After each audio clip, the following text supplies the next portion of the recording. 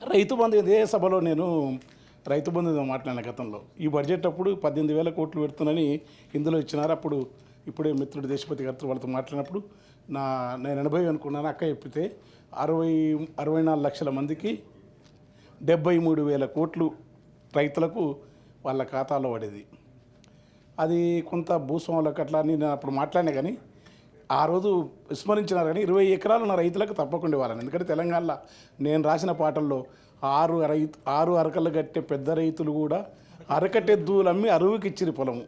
పేడ ఎరువు లేక భూమి సారం పోయి చూడ సక్కని నేల 3 వారిపాయ్ తేమ ఉండు దగ్గిన భూముల్లో సీమ కంపలు మెరుగెరా వయ్యారి బామొచ్చి వరి మల్లె మొలిసింది లొట్ట పీసు చెట్లు గెట్టున వెరిగినవి తరి పొలము దగ్గింది బెరి కలము మిగిలింది సెలకంత మురమయ్యి గొలుకు గొలుకయ్యింది కలమంద జమ్ముళ్ళురా తెలంగాణ కరువుకు గుర్తాయరా గుక్కిచ్చి గుక్కిచ్చి బోరు దుంకుతుంటే ఒక్కటన్నా మడి సిక్కగా దడవదు వంకాయ తోటేసి నొట్టి పోయిందిరా మిరపనాటు కుంటె వరుపైనాదిరా నాసుపచ్చని బావులా తెలంగాణ నా పరాళ్ళు దేలేరా కంటె కానుపు కొరకు సస్తె బొంద కొరకు ఉలస పోయిన జనము వచ్చిపోతుంటారు. సావు పుట్టుకల మధ్య తప్పని పెళ్ళికి ఇండ్ల సున్నాలేసి ఎగురంగ చేసేరు. పెళ్ళి వెళ్ళిన నెలకురా ఇండ్లన్నీ పెంట కుప్పాలైతవి దగ్గు దమ్ము టీబీ కక్కుడా బేదులతో 30 ఏండ్లక ఈడ ముసలితనం వస్తుంది. నెలకు 3కు పైగా పీనుగలు లేవంగా పల్లె చుట్టూ పాడే కట్టెలు బూడిదాయే ఇల్లు శోకాలతో తెలంగాణ తెల్లారిపోతుందిరా. అలాంటి ఉద్యమాన్ని కేసీఆర్, జయశంకర్, కోదండరాం సార్ మొదలుకొని తెలంగాణ మహాసభ అవన్నీ ఇప్పుడున్న సార్ కూడా మంత్రి పదరాజు మనతో కలిసి పనిచేసినాడు. అనేక మంది కౌరులు. అది వచ్చిన తర్వాత ఆ రైతాంగం ఏ తీరుగా అంటే మొక్కొస్తుంది కాదు. గలగల గల కాలువలల్ల మిలమిల సెందమామ చేతికి అందినట్టు మనసెంతకొచ్చినట్టు ఎంతలింత మార్పు ఏది కేసీఆర్ చూపే ఈ తూర్పు అని ఒక సూర్యకాంతి చూపినని రాసినాను నేను. వెంటనే సార్ కూడా తెలుసు. అయితే అలాంటి దానికి మీరు 20 ఎకరాలు తగ్గిస్తే బాగుంటుందని ఏమైంది? రైతులు బంజర్ అన్నారు, పనిచేయనివి రియల్ ఎస్టేట్ ఉంటే తీసేయడం. కానీ కనీసం ఓ 50,000 కోట్లనే పెట్టాలి మీరు. వెంటనే నెలకు అందియాలి. గ్రామీణ ఆర్థిక వ్యవస్థ చిన్నాభిన్నం అయిపోయింది. రైతుల దగ్గర పైసలు ఉంటే రైతులు పెట్టుబడులు పెడితే వ్యవసాయం వచ్చేది. మిమ్మల్ని దేవుళ్ళు అనిపోరు సారు పథకాన్ని. ఎందుకంటే మీరు ఫస్ట్ ఏం రాసినారు? బాబాసాహెబ్ అంబేద్కర్ మాట చెప్పినారు. రాజకీయ సామాజిక ఆర్థిక న్యాయం అమలు చేసే పటిష్టమైన ప్రజాస్వామ్య దేశంగా చూడాలనుకోవడం. అందుకే రాజ్యాంగ నైతికత ఆయన పదే నొక్కి చెప్పాడని రాసినారు ఆర్థిక మంత్రి గారు. రాజ్యాంగ నిర్మాత సూచించిన నైతిక విలువలను సరిగ్గా పాటిస్తూ మా ప్రజాపాలన. శ్యాంప్రసాద్ ముఖర్జీ జనసంఘు, అంబేద్కర్ ఏమో ఆ రోజుల్లో రిపబ్లికన్ పార్టీ. ఇద్దరు భిన్న భావజాలాలు ఉన్న వాళ్ళు. ఎందుకంటే నెహ్రూ గురించి కూడా చాలాసార్లు కాంగ్రెస్ వాళ్ళు చెప్తుంటున్న న్యాయం కూడా. భిన్న భావజాలు ఉన్న వాళ్ళు ఒకే వేదిక పైన మాట్లాడుతున్నప్పుడు ఆ స్వేచ్ఛ అంబేద్కర్ వాళ్ళిద్దరి గురించి మాట్లాడే ఒక గొప్ప భారతీయ ప్రజాస్వామ్యానికి ఉన్న లక్షణం అది. కానీ సరిగ్గా దానికి భిన్నంగా ఇప్పుడు ఏంటంటే అదే అంబేద్కర్ విగ్రహం కేసీఆర్ నిర్మించినాడని చెప్పి ఆ విగ్రహం అద్భుతమైన అందంగా ఉన్నది, ఎవరన్నా చేయని. కానీ ఆ విగ్రహానికి గేటు తాళం వేసి అక్కడ చూడకుండా టూరిజాన్ని, పర్యావరణాన్ని ప్రోత్సహిస్తూ ఉంటున్నారు కదా. మన అభివృద్ధి కానీ, మన వికాసం కానీ, మన మార్కెట్ ఎకానమీ కానీ మనం చేసే అభివృద్ధి అవుతుందో అది ఒక మన సంతోషం, మన మానసిక వికాసానికి కూడా ఉంటుంది. దాంట్లో ఆర్థిక రాబడితో పాటు మానసిక వికాసం కదా. అంబేద్కర్ తాళం వేస్తే ఏమనుకోవాలి. ఎందుకంటే స్టాలిన్ గురించి ఈ సభలో చాలామంది పాలకపక్షం సభ్యులు చాలాసార్లు మాట్లాడారు. ఇదే స్టాలిన్ అమ్మఒడి అనే అమ్మ హోటళ్ళని తెస్తే అమ్మ భోజనం అని పెడితే అమ్మ క్యాంటీన్ పెడితే ఆ ఫోటో తీసేయాలని చెప్పి డిఎంకే వాళ్ళంటే తప్పు తీసేయొద్దు, ఆ పథకాన్ని ఆమె పేరుతో ఉండాలని చెప్పినాడు స్టాలిన్. అంటే ఒక భిన్నాభిప్రాయం. అంబేద్కర్ విగ్రహాన్ని పెట్టినంత మాత్రాన, కేసీఆర్ తెచ్చినంత మాత్రాన మరి దానికి నేను ఆడిపోయినాక నాకు కళ్ళ నీళ్ళు వచ్చినాయి. ఎందుకంటే ఇదెక్కడి పద్ధతి? ఇదే తెలంగాణను ఎదపైన దిగులు బండ జరిగి బాధ తొలిగి ఎండిన సెలిమ నిండిన అనుభూతి కలిగినట్టు మార్పు వచ్చింది. ఇంతమందికి ఈ విధానం తెచ్చిన రాష్ట్రంలో మళ్ళీ రైతు బంధువుకు ఖచ్చితంగా నిధులు పెంచాలని కోరుకుంటూ, తర్వాత 2014లో 2 లక్షల మందికి ఉపాధి కల్పించే ఐటీ రంగం 2023 వచ్చే నాటికి 10 లక్షల మందికి పెరిగింది. అది కేటీఆర్ యొక్క అమెరికాలో ఉన్న ఆయన నాలెడ్జ్, ఆయన వికాసం, ఆయనకున్న డెప్త్, అది చాలా మామూలు విషయం కాదు. అది నేను చెప్పిన పత్రిక కాదు, అంటే నేను రాసిన ఈ రాజకీయ టీఆర్ఎస్ అనుకున్న పత్రిక మొత్తం ప్రపంచం అంతా శ్లాఘించింది. తర్వాత 2,45,275 ఎక్స్పోర్ట్స్ ఐటీ రంగంలో జరిగింది. ఇది ఐటీ రంగానికి ఇప్పుడు మొత్తం ఏంటంటే దాన్ని ఎవరు చేసినా మనం అనుభవిస్తున్నాం, దాన్ని ఇంత వేగం చేయాలి, దానికోసం కూడా పెంచాల్సిన అవసరం ఉంది. తర్వాత ఇన్ని నెలలుగా కాళేశ్వరం తప్పులో ఇప్పుడు జరిగినాయి. ఏ ప్రభుత్వం అసలు మొన్న జరిగింది కావాలని ఈ మినిస్టర్ కానీ వెంకటరెడ్డి కానీ వాళ్ళ బాధ కదా. కాళేశ్వరంలో జరిగింది, ఎవరు చూస్తారు? ఓ పొరపాటు జరిగింది, కానీ జరగటం అనేది ఏం జరిగింది, ఏముంది, శాస్త్రవేత్తలు అందరూ బాధ్యులు, ముఖ్యమంత్రి బాధ్యులు అనే కాదు.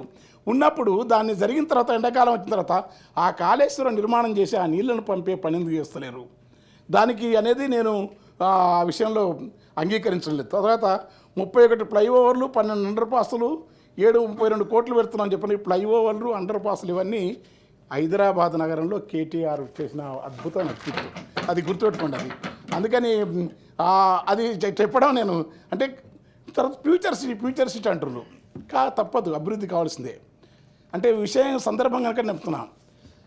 చంద్రబాబు ఉమ్మడి ఇదే వేదిక పైన ఉమ్మడి చంద్రబాబు ఏమో మొత్తం నగరాలు గొప్పవి, పల్లెలు పనికిరావన్నాడు. రాజశేఖర రెడ్డి మా పాట పెట్టుకున్న పల్లె కన్నీరు పెట్టుకున్నప్పుడు ఆ మహాత్ముడు వచ్చేసి పల్లెలపైన కాన్సన్ట్రేట్ చేసినాడు. కేసీఆర్ వచ్చి అటు పల్లెలను ఇటు పట్టణాలను రెండింటిని ఒక సమ్మిళిత అభివృద్ధితోటి చేసే క్రమం ఉండే. ఇప్పుడు ఫ్యూచర్ సిటీ అనే పేరుతోని ఒక ప్రాంతంలో పొల్యూషన్ లేకుండా వజీర్ సుల్తాన్ అని విఎస్టీ కంపెనీ ఎప్పుడైతే నిజాం కాలం నాటి కంపెనీ ఈ నగరం అంతా పాడైతుందని చెప్పి అక్కడెక్కడో రామ్నగర్ దగ్గర చౌరస్తా ఆ దూరంలో ఆ మూసి దానికి దగ్గర పెట్టి దాన్ని ఒక సెట్ అక్కడ వరకే ఉండాలనుకున్నాడు. తర్వాత ఉప్పలు విస్తరించింది, తర్వాత పటాన్చెరు. కానీ ఇవాళ నీవు మొత్తం పారిశ్రామిక హబ్బును, ఫార్మా హబ్బును, ఫ్యూచర్ సిటీని, మనుషుల నివాసాలను కలపడం అనేది ఫార్మా కంపెనీలను ప్రపంచవ్యాప్తంగా ఆయా దేశాలలోని ప్రజలు ఆ ప్రభుత్వాలని అభివృద్ధి చెందిన దేశాలు వ్యతిరేకిస్తున్నాయి, అంగీకరిస్తలేవు, అనుమతులు ఇస్తలేవు. ఈ ఫార్మా కంపెనీలను ప్రపంచం అంతా, ఎందుకంటే ఇప్పటికి సరిపోయిన మస్తు మందులు ఉన్నాయి. కొత్త జీవితం అంటే మెడిసిన్ కంటే రోగం కంటే రోగ నిరోధకమైన అంశమే ప్రాధాన్యత వహిస్తూ ఉంది. ఇవాళ అంతర్జాతీయ వైద్య ప్రమాణాలైనా ఇక్కడ డాక్టర్ గారు ఉండరు, మిగతా కానీ ఇంకా మందులు కుప్పలు వేయాల్సిన అవసరం లేదు. మందులు ఉన్నాయి, అద్భుతంగా ఉన్నాయి. కాకపోతే టెక్నాలజీ అంటే సిటీస్ కానీ అవి కానీ అవన్నీ చేయొచ్చు. కనుక కొత్త ఇప్పుడు మందులు కావాలా, అది కావాలని చెప్పి వాళ్ళు దేశాలలో పొల్యూషన్ దాన్ని తీసుకొచ్చి మన దగ్గర పెద్ద పెద్ద హబ్బులు ఎవరు పెట్టినైతే మళ్ళీ దాన్ని పెట్టి దాన్ని ఏం చేస్తున్నారు, అదే ఎక్కడో పెట్టిన కేసారు. ఇప్పుడు 7,000 ఎకరాలలో మొత్తం దాంట్లో నివాస యోగ్యాలు అవన్నీ. ఎందుకంటే ఇదంతా నాకు ఒక సామ్యం, అమరావతికి దీనికి ఏదో సామ్యం కనపడుతుంది నాకు. ఫ్యూచర్ సిటీ అమరావతి, ఎందుకంటే అమరావతిలో అదే పని చేసినారు. ఈ సామ్యాన్ని వీళ్ళ రూట్స్ అన్నీ, ఎందుకంటే నాకు చాలాసార్లు ఇప్పుడు జరుగుతున్నదే ఒక సామాజిక వర్గం. అసలు ఇందులో బడ్జెట్లు ఏంది, అభివృద్ధి, సంఖ్యలు, డిమాండు. ప్రతిసారి ఒక తెలంగాణ ఆత్మగౌరవాన్ని, తర్వాత కవిత్వాన్ని, కళను కూడా మాట్లాడతారు. మాట్లాడాలి, మాట్లాడకుండా ఉండరు. ఒక సామాజిక వర్గాన్ని వర్గీకరణ లేకుంటే అందులో కొన్ని సారీ ఒక వెనుకబడ్డ వర్గాలని అన్నారు అనుకో, వెనుకబడ్డ వర్గాలని ఈ మాటలు మొదలుపెట్టిన అనుకో, వీళ్ళు మాట్లాడుతూ ఉంటారు. అదే సందర్భాన్ని ఆ మాటను వెనుకబడ్డ వర్గాలకు సంబంధించిన అంశం అగ్రకులాల్లోని విశాల మనస్తత్వంతో మాట్లాడాలి. ఒకే రాజకీయ పార్టీలు ఉన్న వర్గీకరణ ఉంటే దళితుల్లోని మాలలతో దాన్ని మాట్లాడతారు, అనుకూలంగా మాట్లాడలేరు, మాదిగలతో మాట్లాడు. ఇట్లా కాకుండా మీరే మనం బావులకాడ బాగున్నాం, మీకు అన్నదానికంటే ఎక్కువ ఇస్తా, నెట్ ఇస్తా అంటే ఆ పీడిత ప్రజలు వాళ్ళు ఏం ఫీల్ అవుతారు? ఏ ద్వేషాలు ఇప్పటికీ ఈ దేశంలో నెహ్రూ విధానం అంటే ఏంది? నెహ్రూ విధానం అంటే జపాన్లో, ఫిన్లాండ్లో, చైనాలో ఒక పారిశ్రామిక ఫ్యూడల్ కల్చర్, కలోనియల్ కల్చర్ను కాకుండా సెమీ ఫ్యూడల్ కల్చర్ కాకుండా గొప్ప సమాజం రావాలంటే మౌఢ్యము, మూఢనమ్మకాలు, అసలు దైవత్వం వేరు. దేవుని నమ్మడం తప్పురాదు, అది ఆ దేశాల్లో అందరూ నమ్ముతారు. మూఢనమ్మకాలున్న జాతి, మౌఢ్యమున్న జాతి, మౌఢ్యంతో మునిగిపోయే శాస్త్రీయ భావాలున్న జాతి.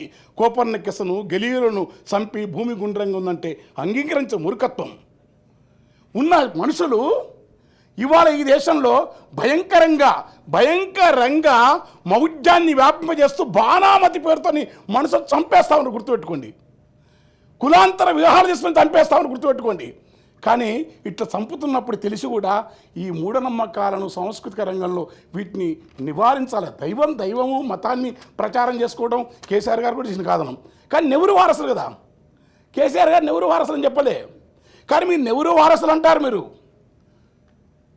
మీరు గొప్ప మా కోదండరామ్ సార్ గురించి మాట్లాడతారు, మీరు హరగోపాల్ సార్ వ్యాసం గురించి మాట్లాడతారు. కానీ ఈ మౌఢ్యంతో గ్రామాలలో తెలంగాణ ప్రాంతాల్లో ఇంత చైతన్యం తర్వాత ఏదన్నా కానీ సాంస్కృతిక రంగంలో ఖచ్చితంగా ఈ మూఢనమ్మకాలను, బాణామతిని, చేతవాడును, శుద్ర ఆరాధనలను వీటిపైన కొంత జాగ్రత్తగా నిరసించే ఒక కళారూపాలు కానీ ప్రదర్శన కానీ మినిస్టర్ గారు అది మానాలే. తర్వాత నెహ్రూ ఆ రోజుల్లో ఇష్టపడిన ఇందిరాగాంధీ కానీ నెహ్రూ కానీ విశ్వవిద్యాలయాలకు విపరీతమైన స్థలాలు ఇచ్చి 1000 ఎకరాలు ఇచ్చిన కారణం ఏంటంటే పాఠశాల అనేది విద్య అనేది తరగతి గది కాదు. కాకుండా ఆయన మోడర్న్ టెంపుల్, ఏదైనా టెంపుల్ అంటే ఆయన ఏమనంటే నెహ్రూ ఎప్పుడు ప్రాజెక్ట్ టెంపుల్ అన్నాడు. పాఠశాల కూడా ఏమన్నాడు, అది క్రీడాస్థలం అని చెప్పిన గుర్తుపెట్టుకోండి.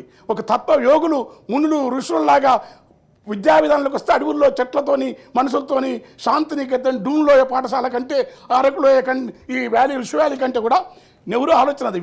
విశ్వకవి భారతీయ ఆత్మ, భారతీయ ప్రపంచ సాహిత్యంలో మకుటాయమానగా రవీంద్రనాథ్ ఠాగూర్ యొక్క పద్ధతి ప్రకృతిలో చదువుకో. 400 ఎకరాల భూమిని, గచ్చిబౌలి భూమిని అన్యాక్రాంతం, అది యూనివర్సిటీ కాదు అప్పచెప్పాలని హరగోపాల్ రాసే పరిస్థితి ఏర్పడ్డదంటే దాన్ని ఏమంటాం? ఎందుకో దాంతోనే మొత్తం కరువు అవుతుందా? వేరే రకాలైంది. ఇంకా మనకు ఆదాయం తెచ్చుకోవడానికి బాగుంది, ప్రతిపక్షాలను మద్దతు కోరండి, మీరు ప్రశ్నించవచ్చు. 400 ఎకరాల భూమి, విశ్వవిద్యాలయం యొక్క భూమిని, పచ్చదనాన్ని అప్పచెప్పి మీకు సపోర్ట్ చేసి మీకు మద్దతు ఇచ్చిన హరగోపాల్ లాంటి వాళ్ళు కూడా యూనివర్సిటీలో పనిచేసినారు. కేకే రంగనాథాచార్యులు గొప్ప భారతీయ సాహిత్యకారుల్లో గొప్ప సాహిత్యకారుడు, కేంద్ర సాహిత్య రంగనాథాచార్యులు పనిచేసినారు. జీవి సుబ్రహ్మణ్యం గారు అట్లాంటి యూనివర్సిటీని వల్ల దాని భూమి లాక్కుంటుంటారు. సంజయ్ బార్ ఎకానమిస్టు, మన్మోహన్ సింగ్కు కాకుండా అంతకుముందు చాలా పివి నరసింహరావు గారు కూడా ఆర్థిక అడ్వైజర్ ఉన్న సంజయ్ బార్ యూనివర్సిటీ చెందినవాడు, నాకు బాగా మిత్రుడు, మాకు బాగా పరిచయం సారు. అంటే ఇలాంటి వాళ్ళందరూ ఉంటే హెచ్ఎస్ శివప్రకాష్ అక్కడ గెస్ట్ లెక్చరర్ గారు ఇట్లా ఇది తీసుకో. అందుకని ఇది ఆలోచించాలని చెప్పి కోరుకుతూ తర్వాత నేను ఇంకెక్కువ మాట్లాడాను. ఇక క్రీడలకు, కల్చర్కు చాలా తక్కువ క్రీడలకైతే నాకు తెలిసి ఈ సాంస్కృతిక శాఖ 650 కోట్లు ఇచ్చినారు. మంచోడు పిల్లలు పోరాటం చేసినారు, జీతం అని తీస్తారో కళాకారులు మొత్తుకుంటున్నారు.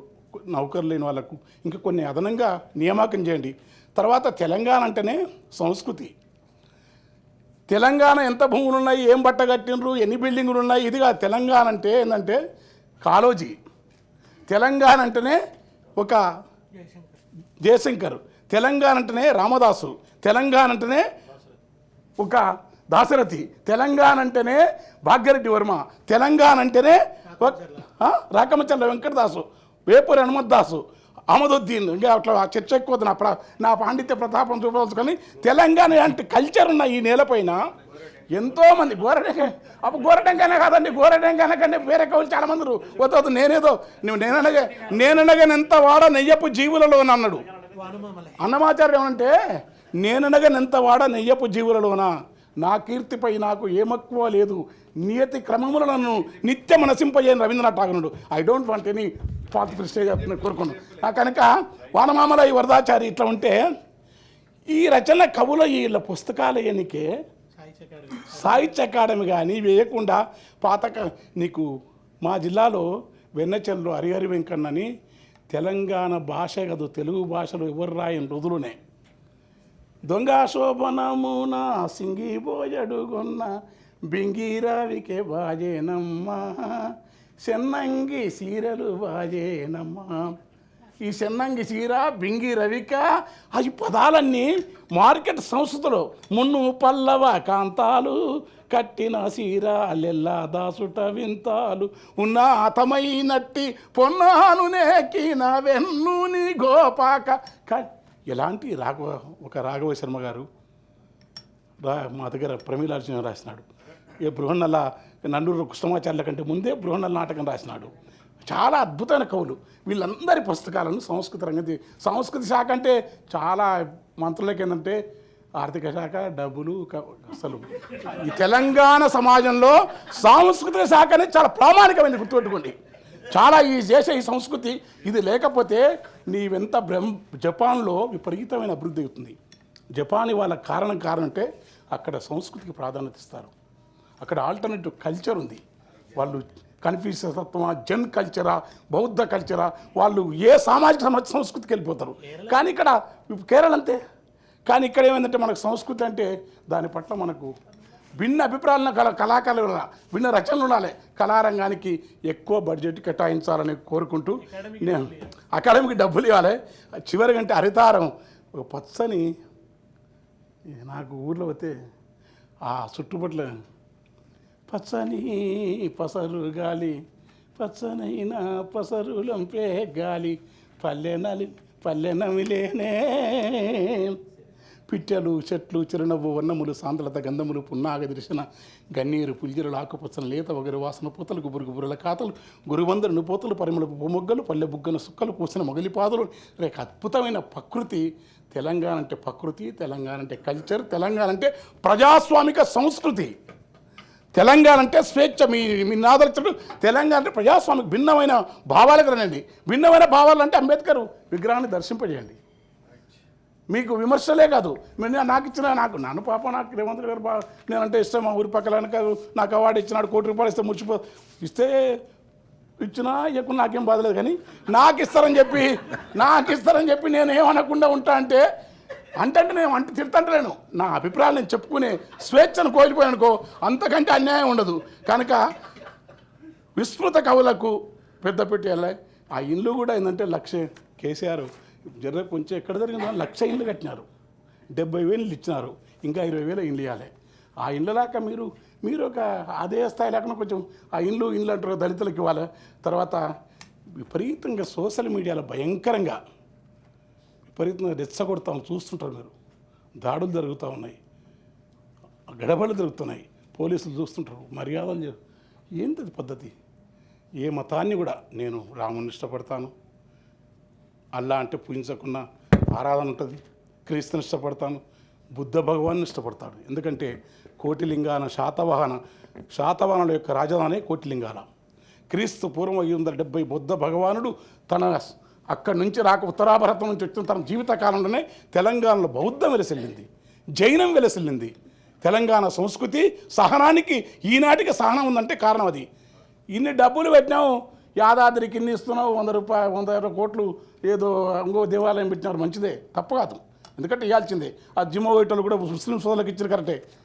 బుద్ధ భగవానుని యొక్క విగ్రహం అక్కడ శిథిలాల్లో 2000 సంవత్సరాల క్రితం నాటి నాగార్జున కొండ కానీ, కోటిలింగాల్లో శిలాశాస్త్రాలు కానీ. చరిత్ర అంటే బౌద్ధం కదా. చరిత్ర అంటే ప్రపంచంలో మతములలో అత్యుత్తమ మతం ఏందని ఒక సర్వే జరిగితే ఈ మధ్య వచ్చింది, మీరు చూడండి సోషల్ మీడియాలో, బౌద్ధ మతం అని చెప్పినారు. బౌద్ధ మతం ఎందుకంటే పానాతి పాత వీరమన శిఖాపదం సమాధి అన్నీ ఆపుతాను నేను. అంటే మందు తాగొద్దు, ఒకటి గుంజుకోవద్దు, ఒకరి నిమిషం పెట్టొద్దు, నీవు బతుకుతే రెండు బతకలేమన్నా మహోన్నత తత్వం. ఎత్ర ఆకార కృత గుణాస్తే భగవంతుని మీరు అంటారే, ఆ బుద్ధుని యొక్క మోమం చూస్తే సగం నేరాలు పోతాయి. గుర్తుంది మీరు, భూటాను వండి బుద్ధుడు విగ్రహాలు, బుద్ధుని ఆలయాలు ఎక్కడో ఆ మనిషిలో ఈ యొక్క మత్సాలు పోతాయి, అర్షడ్ వర్గాలు అవుతాయి. సాక్షాత్ శంకరాచార్యుని కూడా జ్ఞానం వసిగిన సిద్ధనాగార్జునుడు పుట్టిన మహోన్నతమైన శూన్యవాద తత్వాన్ని, ప్రతిత్య సముత్పాద సిద్ధాంతాన్ని ఇచ్చిన నేరది సిద్ధనాగార్జునుడు. శంకరాచార్యునికి ప్రామాణికమైన జ్ఞానం ఇచ్చిన వాడు సిద్ధనాగార్జునుడు. సిద్ధనాగార్జున ప్రభావం ఉందా లేకున్నా అభినవతో పూర్ణాద్వైత కాశ్మీర పండితుడు ఇక్కడి నుంచి వచ్చినవాడు. అనేక ఉద్యమాల ప్రభావం ఉన్న ఇలాంటి నేల మీద ఒక మానవీయ సంస్కృతిని ఇవ్వాలంటే వెంటనే అంబేద్కర్ విగ్రహాన్ని ఓపెన్ చేయాలా, అయిపోయింది. నేను అభివృద్ధి జరగాల. తర్వాత అన్నిటికంటే మూసీ నది, నా బాధ ఏంటంటే మూసీ నది చాలా అందంగా ఉంటుంది. ముచ్చుకుందుడు, రంగారెడ్డి, అది అనంతగిరిలో పద్మనాభుడు, దివ్యమైన మూసీ అందంగా పారుతుంటుంది. మూసీ చల్లదనం, మూసీ మీద కవిత్వం, మన కవి ఎవరైతుండ్రో చాలామంది ఉర్దూ కవులు కానీ అలాంటి మూసీ నవిని దాన్ని కాపాడాలంటే ఎంత బడ్జెట్ మూసి బాగుంటే లండన్ కాదు మీకు డబ్బులు మూసిని కనుక అందజేయండి. ప్రపంచంలో అత్యుత్తమ ప్రాంతాలలో మూసిని కనుక సజీవంగా చేసి నిలబడి ఎక్కువ టూరిజం ప్లేస్ కాకపోతారండి. కానీ దాని పట్ల ఎందుకో ఉదాసీనత ఉంది. మూసిని పాడు చేసింది వలసవాద స్వభావం ఉన్న ఈ ప్రాంతం పైన వ్యతిరేకత ఉంది. మన నదుల మీద, మన జీవితం మీద, మన కల్చర్ మీద, మన మీద కోపం ఉన్న ఇన్నేళ్ళు పాలించిన వలసవాద పాలకుని దెబ్బ అది. ఇప్పుడు మనం మూసిని సజీవ నదిగా మార్చాలంటే మూసికక్కడ రాడార్ దామచల్ర 5 లక్షల మొక్కలను కొడతామని వాళ్ళంటే దేశ రక్షణ మనందరికి ఇష్టం. వీఆర్ ఇండియన్స్, మనం అందరం ఈ దేశం కోసం ఉండాల్సిందే. అది ఆ విషయాలు మనకు తెలియదు. కానీ చెట్లను కొట్టకుండా ఏమైనా ప్రత్యామ్నాయం ఉందా అని చర్చ జరగకుండానే, మేధావులతోని పర్యావరణవేత్తలతో మాట్లాడకుండానే సాక్షాత్ ముఖ్యమంత్రినే ఇస్తాం, భూమిస్తాం.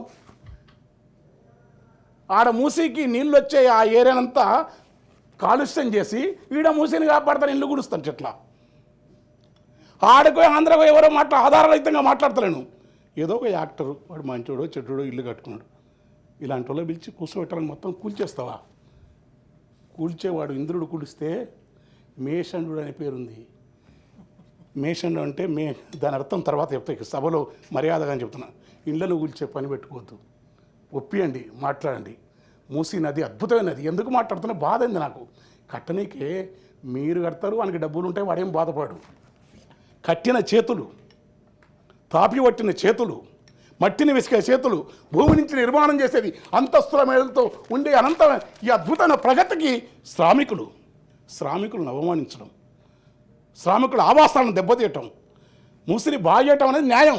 అంటే ఎవరో మన బుద్ధిజీవులు, మేధావులు ఇక్కడికి వచ్చింది దాన్ని ఇలాంటి కంటే కూలుస్తాం, మేము కూర్చున్నాం, మూసిని బాగా చేయవద్దంటలేము. కానీ అరే మరి ఆడ దామచ్చల్లా చెట్లను కొడితే ఎందుకు అడుగుతలేవు? లఘుచల్ల పొలాల్లో విషం బారించడానికి ఎందుకు వస్తున్నారు? కనుక ఇలాంటివన్నిటిని చేసుకొని అయితే బడ్జెట్లో ఏ ప్రభుత్వం అయినా, నేను ఆ ప్రభుత్వాలను కానీ వ్యక్తిగతమైన విమర్శలు కూడా పేరు పెట్టి చేయను. నేను 3,04,04,000 మంచి బడ్జెట్ పెట్టినారు. మూలధనం ఉంటుంది, రెవెన్యూ రాబడి ఉంటుంది, రావాల్సిన అవకాశాలు ఎక్కువ ఉన్నాయి, అద్భుతమైన జీవితం. ఏదైనా బడ్జెట్లో ప్రశాంతత ఉండాలి. ముందు గుర్తుపెట్టుకోండి, భారతదేశం అంటే ఘర్షణలు అయితే, మతకాలాలు అయితే, కొట్లాటలు అయితే అంటే ఓడి రాడు. అది ముందు అక్కడే నార్త్ ఇండియన్ అక్కడ కొట్లాడుకోను. ఇక్కడ వచ్చి ఇక్కడ ఈ పంచాయతీలు పోయి ఉంటే రాజకీయ అధికారంలో మనం ఏ పార్టీని రాము. ఏ పార్టీ కానీ మీరే పోయి ముందే ఆడపోయి కూర్చొని ఇన్ని మాట్లాడి వస్తున్నవే. 41% మనకిచ్చే నిధులను మనం కట్టే జిఎస్టీ ఎంత, మనం వచ్చే ప్రత్యక్ష పరోక్ష పనులు ఎంత, నీకు తిరిగేస్తున్నది ఎంత, ఇన్నిసార్లు పోయి మీరు ఆయనతోని కలిసి వస్తున్న బడేబాయి క్యా బోల్ రా? ఎవరు అడగాలి బడేబాయిని? ఎవరు అడగడానికి ఏమవుతుంది? ఎక్కడంటే చిన్న ఎక్కడైనా సరే స్టాలిన్, మీరు చెప్పినారు 100 సార్లు, స్టాలిన్ లివడ్డాడు ధిక్కరించి. నా భాష మీద, నా హిందీ మీద, నా హృదయాన్ని ఇది ఒక మాట్లాడితే ధిక్కరించినాడు. ఏం చేసుకుంటావు వేసుకొని చెప్పి తమిళనాడు. అందుకనే అది ఆధిపత్యాన్ని ధిక్కరించే క్రమంలో, ఉత్తరాది ఆధిపత్యాన్ని ధిక్కరించే క్రమంలో అది బలోపేతంగా లివడ్ది, గుర్తుపెట్టుకోండి. అందుకని తమిళనాడు వాళ్ళ ఆల్టర్నేటివ్ కల్చర్ ఉంది. కనుక మరి మీకు ప్రజలు అద్భుతంగా కేసీఆర్ని గెలిపించిన ప్రజలంటే మామూలు ప్రజలు కాదు. ఇక్కడ గుర్తుపెట్టుకోండి, ఉద్యమాల నుంచి వచ్చిన ప్రజలు 12,000 మంది నెత్తురుతోని తడిసిన నేల ఇది, గుర్తుపెట్టుకోండి. మధ్య చెట్లకు మాటలు నేర్పి, ఉద్యమానులకు యుద్ధం నేర్పి, గడీల నుండి జులుమును తరిమిన గెరిల్లా దండు పోరాట యోధులు నడిచిన ప్రాంతం. భీమిరెడ్డి నరసింహారెడ్డి తన సమస్తాన్ని ప్రజలకు అందించి నిజాం నవాబ్ మీద నాగలెత్తి పోరాటం మోహనత రావినారాయణ రెడ్డి తన 500 ఎకరాలు ప్రజలకు ఇచ్చినాడు, గుర్తుపెట్టుకోండి. మిగతా ప్రాంతం ఇక్కడ కులం ఉండదు, ఇక్కడ మనుషులు వేరు. సర్వదేవ భట్ట రామనాథం ఒక బ్రాహ్మడు మొత్తం తన ఆస్తిని ప్రజలకు ఇచ్చినాడు. ఉప్పల మనసులు బిలాంగ్స్ టు మాదిగా. 4 సార్లు ఎమ్మెల్యే, 3 సార్లు ఎమ్మెల్యే, చెప్పులు ఉట్టుకొని బతికినాడు. ఇక్కడ సంస్కృతి వేరు, ఇక్కడ జీవితం వేరు. ఇలాంటి నేల మీద, ఇలాంటి నేలపైన జులుము జరుగుతూ ఉంటే, అహంకారం జరుగుతూ ఉంటే, పెత్తనం జరుగుతూ ఉంటే ఎవరిని ఎట్లకెళ్ళి పెట్టుబడులు వస్తాయి, ఎట్లా మీ బడ్జెట్ వస్తుంది, ఎట్లా మానవ జీవితం సుఖమయంగా ఉంటుంది? దీన్ని ఆలోచించాలని కోరుకుంటూ ఎందుకంటే మీరు చెప్పిన మీ విధానంలో ప్రజాస్వామ్యం, ప్రజల పాలనక మరి అన్నప్పుడు నాలాంటి ఎందుకంటే నేను మీతో ఉన్నాను అని పిలవకండి. చాలామంది అరగోపాల సార్ లాంటి వాళ్ళు మాట్లాడండి. ప్రజాస్వామికవాదులతో మాట్లాడండి, సమస్యలను మీరు పరిష్కరించుతారు. కానీ ఒకరిని నెగేసి ఒకరిని నిలుస్తాం ఒకరి విధంగా ఇది ఈ పద్ధతి అవుతుందో ప్రజలకు అంతిమంగా మన అభివృద్ధికి, మన నేలకు, మన తెలంగాణ నేషన్ ఒక జాతి, ఇది గుర్తుపెట్టుకోండి. తెలంగాణ బౌద్ధం చేత, జైనం చేత, వరకవి సిద్ధప్ప చేత, అచలం చేత, అమనస్తం చేత, సిద్ధనాగారం చేత, సాంఖ్యం చేత, మహత్తరమైన తాత్విక సాంస్కృతిక వారసత్వం చేత, విప్లవోద్యమాల చేత, కమ్యూనిస్టు ఉద్యమాల నిర్మాణం చేత, గాంధేయవాదులు ఒక కాళోజీ, పివి నరసింహారావు, లేకుంటే ఒక మీ మెదక్ జిల్లా కేవల్ కిషన్ లాంటి వాళ్ళ, కేవల్ కిషన్ అనే కమ్యూనిస్ట్ జాతర చేస్తారు గుర్తుకోండి. బందకి ఇంతమంది 12,000 మంది నేతృత్వం వచ్చిన అణువు ప్రతి ప్రాంతం తడిసిన నేల, ఇంత త్యాగాల నేలను, తెలంగాణ కోసం ఒరిగిన నేలను ఏ యొక్క ఉన్మాదాలు, మరో రూపంలో వచ్చే అలజడులు, వీటిని ఆపడానికి శాంతి భద్రత అయినాక చూస్తాం కాదు. మీరు ఇంకా 10,000 పెట్టినా పెట్టండి, 10,000 కోట్లను పెట్టినట్టు ఎక్కువ పెట్టండి, కానీ ముందే జరగకుండానే ముందు ఆపే కఠినమైన పారదర్శకమైన పాలన అందించి తెలంగాణ ముఖ చిత్రాన్ని అద్భుతంగా ఉంచండి. దానికి వీరందరి మద్దతు అవకాశం ఇచ్చే పెద్ద ఆయనకు పాదాభివందనాలు.